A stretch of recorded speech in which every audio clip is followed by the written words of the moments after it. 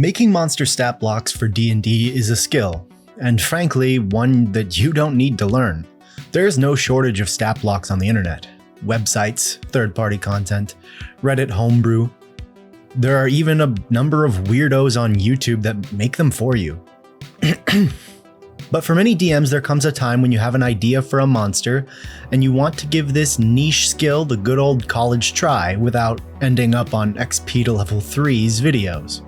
Cannot put on a D&D homebrew stat block. Wingdings. This video is for you, my friend. I'm going to give you 5 tips I have learned since I started making monsters that I believe will help you as well. Tip number 1. When creating your stat block, come up with, at minimum and probably at maximum, one unique mechanic related to that creature and what it can do. A mechanic that makes this stat block unique and in some sense justifies its existence. Now, I don't care whether you're converting a character from another medium or if you're just creating an original monster. Make one ability or mechanic that you've never seen before, or at least one that feels novel to you. When you look at your stat block, you shouldn't look at it and think, I could just replace this stat block with another and my players wouldn't know the difference. There's a linguist YouTuber I watch called Joseph Saar, and he said something about speaking that I think transfers to this very well. He says, if I had to defend this thought as being my thought, what details would I highlight that most wouldn't know about? Now, this quote is in reference to him talking about how to verbalize your thoughts, but this can be applied directly to what I'm talking about. What makes this stat block unique? What makes it yours? Why wouldn't you just use an already existing stat block? That's the question you need to ask yourself. For example, in a recent video I made Dragon Lord Placidusax from Elden Ring into a monster stat block. When making that, the main thing in my mind that made this boss unique, as well as the Draconic Tree Sentinel, was their usage of red lightning. If you take that away, then they are just a dragon and a tree sentinel. So that is what I made into a mechanic called Jolt, a unique status effect applied by their red lightning attacks. And I used it for both of them. And that's fine because it was unique and new. So why not give it to a bunch of enemies that can use it? That's a good example of an easy to identify unique mechanic opportunity that separates those stat blocks from others. But what if the monster isn't that unique? In that same video, I also converted Blide into a stat block. Blide is a much more simple and not very standout character in terms of combat. He moves around a lot and swings a big sword, occasionally doing a little AoE attack. So how does one give such a plain character a unique mechanic or style? How can we differentiate him? Well, the same way, it just requires a bit of creativity. You need to identify again what makes Blide unique. Well, he is very aggressive and attacks non-stop.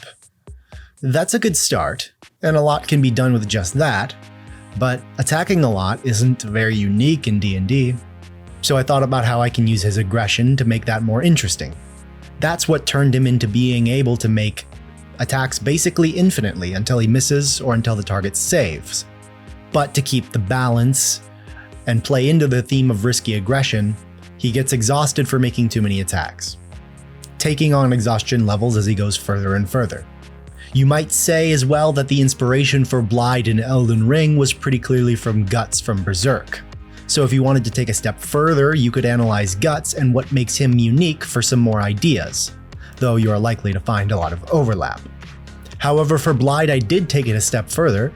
After making his attacks fairly unique, I also gave him an ability that he can't do in the game, but could make sense for his character to have had in the game due to the lore.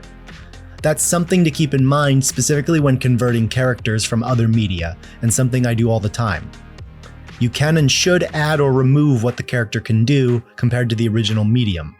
Converting video game or movie characters into D&D is not a one-to-one relationship. It's better to look at what the character can do as a concept, as well as think of the things that you think the character might have been able to do had the developer or director not been so limited by their medium or budget. My point being for this first tip, you need to identify what the most core thing is to the monster that you're making and turn that into a unique mechanic or set of abilities. Something that will come across as new and interesting to your players, regardless of what you narrate. Now I get that saying just make it isn't great advice, but often I see many stat blocks out there that are meant to be some character from other media, and the person who made it just slaps a multi-attack and pack tactics onto it, renames everything to be references to the source media, and calls it a day. If I can replace your X-Men Wolverine stat block with a direwolf, then why make that stat block? Just describe to your players a character that looks like Wolverine and use a direwolf stat block. So this whole idea of making that one core mechanic that sets your stat block apart segues me into my second tip, which is start with a boss. Now what I mean by this is, well, it's exactly what I said. Start with a boss. If you make a stat block for a boss and use the previous tip, you should now have a tough stat block that has implemented some unique mechanic or ability.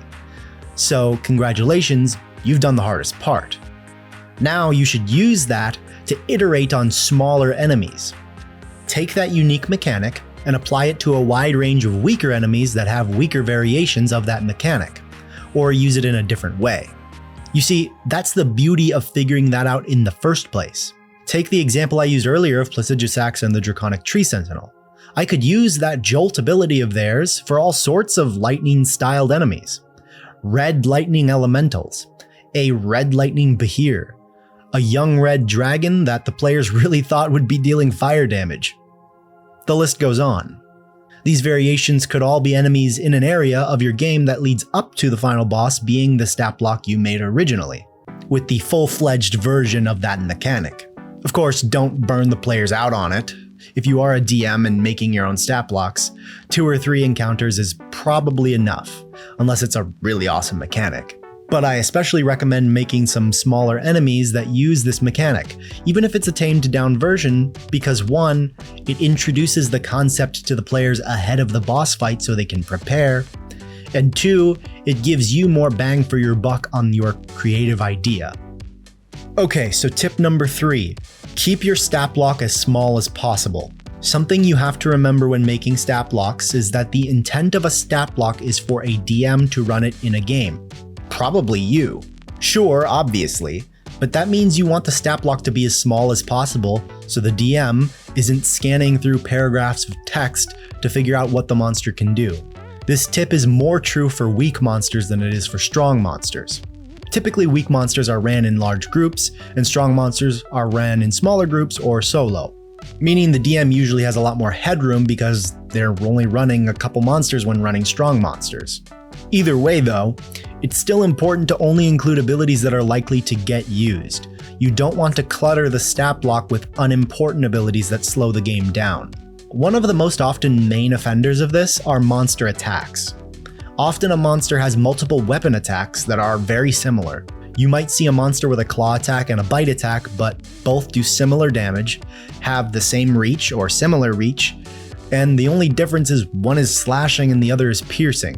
Hell, I'm probably guilty of this too without realizing it.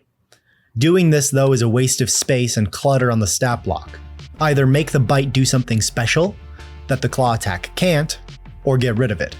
You can always narrate a claw attack as a bite if you really wanted to. You might not think that this makes much of a difference, but you'd be wrong. Having an easy, quick-to-read stat block frees up a ton of headspace for the DM to do other things like answering questions and describing the fight. So this leads me into tip number 4, which I will say does somewhat work against the last tip. The best stat blocks are self-contained. Try to avoid putting abilities on your monsters that reference external abilities. The most common example being innate spellcasting. Listen, I know many monsters have innate spellcasting. Even some of the ones I have made have it. It's a convenient way of giving your monsters more options. However, if you can avoid things like that, I would recommend it. The DM needing to search up what an ability does is so slow. Now again, this affects weaker monsters more than stronger ones. If a boss enemy has some spells, the DM taking a moment to find the spell is probably fine. But if every goblin has a spell list and there's 10 goblins in the combat, then it can become a problem. More likely than not, those spells will probably just go unused. Now, a monster having one spell is not as big of a deal. If all the goblins can Misty Step, that isn't so bad. The DM can likely run that without any slowdowns. This is where this tip conflicts with my last, however, because yes, you should keep your stat blocks as small as possible, but I do recommend if you have a monster that has a single spell or ability that isn't described in the stat block, just add it to the stat block fully written out in the features. I did this with the Blide stat block I was talking about earlier. One of his attacks inflicts creatures with the effects of the slow spell, and rather than saying the target is under the effects of the slow spell, I wrote the target is slowed and wrote a feature called slowed that was a shortened and tweaked version of the slow spell that removed all the parts of the spell that don't matter to the DM. Doing something like that is very helpful to DMs, and while it does make your stat block a bit bigger and more to scan through, I think most DMs would rather have that than need to flip open the player's handbook or Google search. My fifth and final tip for the video is use an existing stat block as a base. When you're going to make a stat block, try to find a monster that is a similar level and work from that, adding, removing, and modifying from there. This is typically what I do. Not only does it save you time, but it also gives you a reference for the amount of damage your monster should roughly be doing. It gives you a reference for how much HP it should have, and it gives you just an example to work from. It's similar to an artist using reference images. The stat block you use as a base can be literally anything. I don't care if you use an orc as a base for a dragon. What you should really be looking for is a monster that has a similar level of difficulty to what you want to make, but also importantly, look for a monster that fills a similar combat role. If you're making a support monster, look for other support-styled monsters. If you're making an aggressive damage-dealing monster, then look for one of those. Doing this can relieve a lot of the setup and thinking needed at the beginning of monster creation, which allows you to jump straight into the fun part, which is actually designing the abilities. Okay, so those are all the tips I have for you guys in this video. I will, however, leave you with one more side tip, which is, if you're a DM making stat blocks for your own game, remember that these stat blocks are just a tool to keep track of what your monster can do, not what it can't do. Once the game begins, you aren't bound to some oath to abide by the stat block and only the stat block. Improvisation is what this game is all about. I'm not saying ruin everything your players do by adding abilities mid-game. I'm saying just because your evil bad guy's stat block doesn't say that he's afraid of garlic, that doesn't mean that the wizard and artificer's garlic launcher prototype is dumb. Thanks for watching, and I'll see you guys in the next video.